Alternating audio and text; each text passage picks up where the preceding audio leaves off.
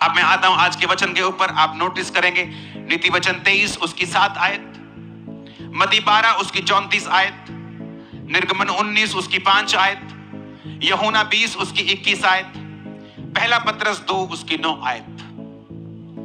मैं फिर से बोलूंगा, आप नोट करेंगे। नीति वचन 23 उसकी 7 आयत, मत्ती 12 उसकी 34 आयत, 19:5 निर्गमन की 19 उसकी 5 आयत, यूहन्ना 20 उसकी 21 आयत, पहला पत्रस 2 उसकी 9 आयत। मैं पढ़ूंगा नीति वचन 23 उसकी 7 आयत को। क्योंकि जैसा वह अपने मन में विचार करता है वैसा वह आप है। For as he thinketh in his heart, so is he। Bible कहती है जैसा तुम अपने मन में विचार करते हो तुम वैसे ही हो। इसका मतलब यह है कि यह बहुत जरूरी है कि आपके मन का विचार क्या है, यानी आप अपने मन में अपने लिए क्या सोचते हैं कि आप कौन हैं। मेरी लाइफ की सबसे बड़ी प्रॉब्लम 2004 और 5 में यह थी कि मैं ये मानने के लिए तैयार नहीं था अपने अंदर कि मैं परमेश्वर का सेवक बन सकता हूं। जबरदस्ती ले हैंड करवाते थे टीम कि चलो ले हैंड करो, प्रेयर करो, लेकिन मुझे विश्वास नहीं था कि मैं एक सेवक हूं। तो मुझे बार बार बताया जाता था कि तू परमेश्वर का सेवक है, तू प्रभु का सेवक है, लेकिन मेरे लाइफ की कंडीशंस ऐसी थी कि मेरे मन में ये फेथ नहीं था। और जब तक आप पूरी तरह से विश्वास में नहीं भरते, आपकी लाइफ की बहुत सारी मुसीबतें आपको छोड़ के नहीं जाती। तो मुझे विश्वास दिलाया गया और मुझे बोला गया कि तुझे शीशे के सामने खड़ा होना पड़ेगा और रोज अंगीकार करना पड़ेगा कि तू प्रभु का महान दास है, तू प्रभु का सामर्थी दास। इस तरह से मैं बोला करता, मेरे मन में 1% भी विश्वास नहीं था कि जो मैं बोल रहा हूं ऐसा है भी कि नहीं। लेकिन कई बार जब आप बोलते हैं, वचन को पढ़ते हैं और आप वचन को अपने अंदर समाने देते हैं तो क्या होता है। पहला पत्रस 2 उसकी 9 में लिखा है, परंतु तुम एक चुना हुआ वंश हो, राजपदधारी हो, याजकों का समाज हो, पवित्र हो, निज प्रजा हो। प्रभु ने तुम्हें अंधकार में से अपनी अद्भुत ज्योति में बुलाया है, उसके गुण प्रकट करो। निर्गमन 19:5 में लिखा, इसलिए यदि तुम निश्चय मेरी मानोगे, मेरी वाचा का पालन करोगे, तो सब लोगों में से तुम मेरा निज धन ठहरोगे। तब मुझे वचन समझ आया। वचन में यह लिखा था कि मुझे अपने आप को वैसा देखना पड़ेगा जैसा वचन कहता है, नहीं तो मैं वो नहीं बन पाऊंगा जो वचन मुझे बनाना चाहता है। क्योंकि हर एक लाइफ में परमेश्वर की बड़ी योजना है। हो सकता है आप एक आम परिवार से हो, आपकी लाइफ बड़ी नॉर्मल हो, बड़ी गरीबी में हो, बड़े छोटे कुल से परिवार से कहीं से भी आप आए हो। आपको लगता है जो वचन में लिखा हुआ है कि परमेश्वर कहता है जमीन आसमान का मालिक कि तुम मेरे निज धन हो, तुम चुना हुआ वंश हो, तुम लोगों में से अलग कर दिए गए हो, तुम याजकों का समाज हो, तुम राजा हो, तुम याजक हो, तुम लोग पवित्र हो, मैंने तुम्हें चुन लिया है। इतनी बड़ी बड़ी बातें जब बाइबल कहती तो कई बार जब लाइफ की सिचुएशन को देखा जाता है तो वो रियलिटी नहीं लगता।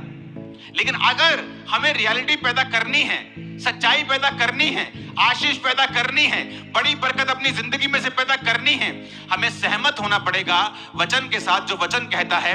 इसलिए बाइबल में लिखा है जैसा तू अपने मन में विचार करता है वैसा ही तू है। फिर एक बदलाव का समय आया। वो बदलाव का समय था जब मुझे पता लग गया कि खुदाबंद ने मुझे चुना है, एक बड़े काम के लिए चुना है। मेरे शब्द चेंज हुए।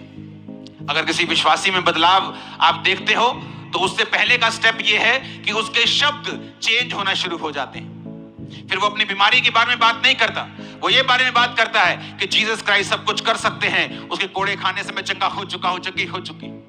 वो अपने संघर्ष के बारे में बात नहीं करता, वो वचन के बारे में बात करता है, विश्वास के बारे में बात करता है। हालेलुया। कोई आपसे पूछ सकता है, ओ तेरे माथे पे तो अभी भी तेरा तू ठीक नहीं हुआ। आप उसे बता सकते हो इस संडे चर्च में बहुत बड़ी बड़ी गवाहियां थी। आज प्रभु ने बड़े बड़े लोगों को चंगा किया, बड़े बड़े सालों के बाद लोग व्हील चेयर से उठे, बहुत सालों के बाद लोगों ने अपने बेबीज को पाया। उसके कोड़े खाने से मैं चंगा हो चुका हूं, ये तो कुछ भी नहीं, ठीक हो जाएगा, अभी देखना तुम ठीक हो जाएगा। वो नहीं रहेगा, क्योंकि आपको जवाब देना आ चुका है। जैसा तू अपने मन में सोचता है तू है, वैसा ही तू बन जाएगा। लेकिन आप अपने मन में क्या सोचते हैं, ये कभी नहीं हो सकता, ये चीज कभी नहीं हो सकती, ये बरकत मैं कभी नहीं पा सकता, मेरा वीजा कभी नहीं आ सकता, मैं फाइनेंशियली स्टेबल कभी नहीं हो सकता। इसीलिए कहता हूं वचन पढ़ो, रोज की रोटी सुनो, बी फ्रूटफुल सुनो, रोज वचन सुनो, संडे थर्सडे वचन सुनो।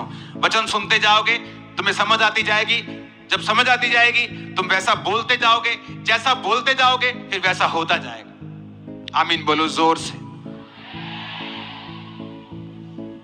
कलीसिया क्यों आशीषित होती है? दो तरह से। जब कलीसिया वचन को सुनती है, वचन को मानने लगती है, वचन पर विश्वास करने लगती है और वचन को बोलने लगती है, वचन का प्रचार करने लगती है, फिर वो नहीं बोलती जो उसकी सिचुएशन है, जो धरती पे हो रहा है, जो उसकी लाइफ में घट रहा है, फिर वो बोलती है जो वचन में लिखा हुआ है। और धीरे धीरे आपको वही रिजल्ट मिलने लगते हैं जो वचन में लिखे हुए हैं। और दूसरा हिस्सा कलीसिया कैसे आशीषित होती है? कलीसिया आशीषित होती है जब वो एक जीवित चर्च में चली जाती है। आप जीवित चर्च में रोपे जाते हैं, आप लगाए जाते हैं, उसके बाद आप जीवित चर्च के दर्शन को सुनते हैं। पौलुस ने कहा, जितने लोग मेरे दर्शन के साथ जिन्होंने बोया है, प्रार्थनाएं की हैं, परमेश्वर तुम्हारी घटियों को पूरा करेगा। उसने सब लोगों को नहीं कहा। आज सारे क्रिश्चियन उठ के इस वचन को क्लेम नहीं कर सकते कि परमेश्वर मेरी हर घटी को महिमा सहित मसीह यीशु में पूरा करेगा। नहीं करेगा। वो उन लोगों के लिए वचन है जिन्होंने अपने जीवन को गॉस्पल के लिए, सुसमाचार के लिए लगाया है, अपने पैसों को, बीजों को बोया है, प्रार्थनाएं की हैं, दीन दुखियों के लिए प्रार्थनाएं की, उनकी हेल्प की है, पास्टर्स के लिए प्रार्थनाएं की है। हालेलुया। आप कैसे ब्लेस होते हैं? जब आप वचन सुनते हैं, मानते हैं, और दूसरा जो दर्शन परमेश्वर ने जिस कलीसिया में आपको भेजा है, आप उस दर्शन में शामिल हो जाते हैं, आप इस विजन में शामिल हो जाते हैं कि हम भी आपके विजन में, यीशु समाचार फैलाने के विजन में हम भी शामिल हैं। तो कलीसिया आशीषित होना शुरू होती है और उसकी लाइफ के अपने मसले जो हैं वो खत्म होना शुरू होते हैं। ऊंची आवाज में हालेलुया बोलो। और इसलिए बाइबल कहती, पौलुस उनको कहता था कि तुम्हारी हर घटी को वो इज्जत के साथ पूरा करेगा। क्यों? क्योंकि तुमने मेरे दर्शन में मेरा साथ दिया है। आज कलीसिया इसलिए आशीषित नहीं होती कि वो आकर सिर्फ प्रेयर अटेंड करे। वो इसलिए भी आशीषित होती है कि जब परमेश्वर उस दर्शन को, जो परमेश्वर ने अपने दास को दिया है, उसको पूरा करने के लिए वो प्रेयर्स करती है। आने वाले हफ्तों में, ये मार्च महीना, अप्रैल महीना, मई महीना, जब इंडिया में इलेक्शन हो रहे होंगे, तो शैतान चर्चिस को टारगेट करने की कोशिश करेगा। और जब आपको पहले से बताया जा रहा है, ये बात इसलिए नहीं बताई जा रही कि आप अब चुगलियां करें, अच्छा इतना, आपको इसलिए बताई जा रही है कि आप इसके लिए क्या करें? प्रेयर करें कि ऐसा ना हो, ऐसा ना हो, शैतान शर्मिंदा हो, उसकी योजनाएं नाश हो, उसकी प्लानिंग्स नाश हो। आप फास्टिंग करेंगे, आप प्रेयर करेंगे, और जब प्रभु देखता है आपको कि मैंने परमेश्वर के दास को एक दर्शन दिया, उसने लोगों को बताया, लोगों ने सुना, रिस्पॉन्स किया, उसने रोजे रखे, किसी ने प्रेयर शुरू की, कोई रात को कर रहा है, कोई दोपहर को कर रहा है।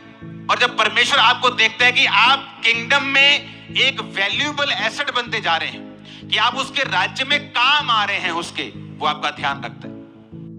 Hallelujah, hallelujah. प्रभु यीशु मसीह के मधुर जिंदा नाम में सभी मसीह भाई बहनों को जय मसीह की आस रखती हूँ, विश्वास रखती हूँ। इस वीडियो के माध्यम के द्वारा आपने परमेश्वर के दास के से मुख से निकले हुए वचनों को सुना है, परमेश्वर के कलाम को सुना है, और आप अपने जीवन में आशीष और बरकत लेके आ चुके हैं। हालेलुया। खुदा के प्यारे लोगों, वचन में लिखा है, वचन केवल सुनने वाले नहीं बल्कि उसके ऊपर चलने वाले बनो।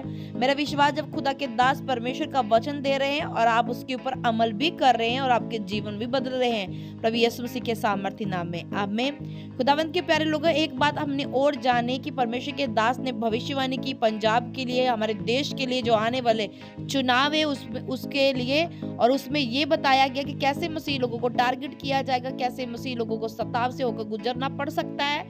तो उसके लिए परमेश्वर ने हमें प्रार्थना के लिए बोला है। तो हमारा पहला कर्तव्य अपने देश के लिए, अपने पंजाब के लिए प्रार्थना करनी, सभी मसीह भाई के लिए प्रार्थना करनी, सब चर्चों के लिए प्रार्थना करनी, सब लोगों के लिए प्रार्थना करनी। हालेलुया।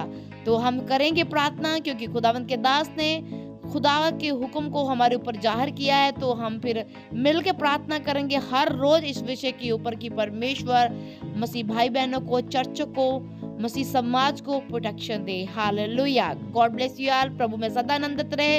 हंसते रहें, मुस्कुराते रहें और शैतान को रुलाते रहें प्रभु यीशु मसीह के सामर्थ्य जिंदा नाम में। आमीन। चैनल को सब्सक्राइब करें, चैनल को लाइक करें। जय मसीह की सबको।